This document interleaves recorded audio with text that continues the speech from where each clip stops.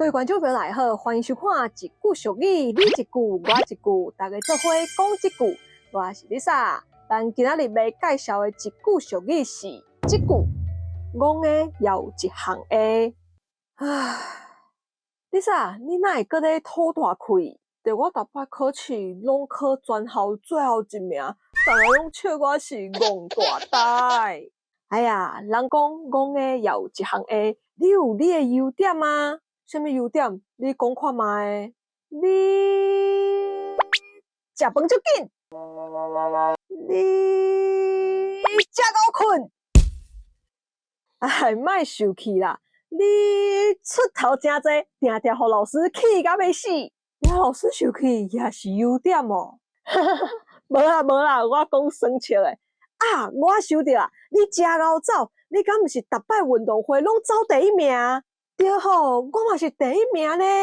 对啊，你看，我就讲戆的也有一项的嘛，讲来讲去嘛也是在讲我戆。戆的也有一项的，这句俗语的意思是咧讲，咱每一个人拢有家己的优点甲专长，就算是伫一寡所在表现了无遐好，看起来个性无遐巧，无互人重视，毋过总是会有一件代志是你特别厉害的。伫生活当中，咱定定会因为读册读书人技术无别人遐好，也是甲别人来比拼，感觉家己啥物拢输，是无价值的人，甚至是怀疑家己是毋是足戆的。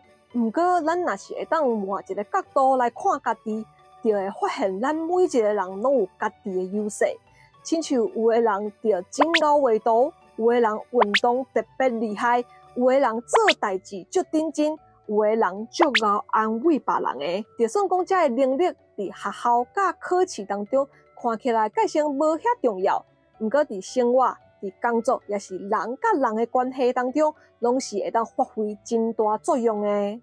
这句俗语嘛是咧甲咱提醒，莫干那用一种标准来看家己甲别人，每一个人拢有存在的价值。毋是干那巧成绩好的人才有存在的价值，有一寡能力虽然伫平常时大家较无咧注意，毋过伫一寡所在、伫一寡代志顶悬，煞会当变成关键。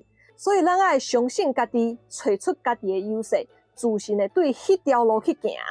好，安尼大家应该拢有了解戆的也有一项的是啥物意思啊？吼，咱最后用一句话来甲这句俗语讲出来。咱平常毋通看轻别人。因为戆的也有一项的，每一个人拢有专长的所在。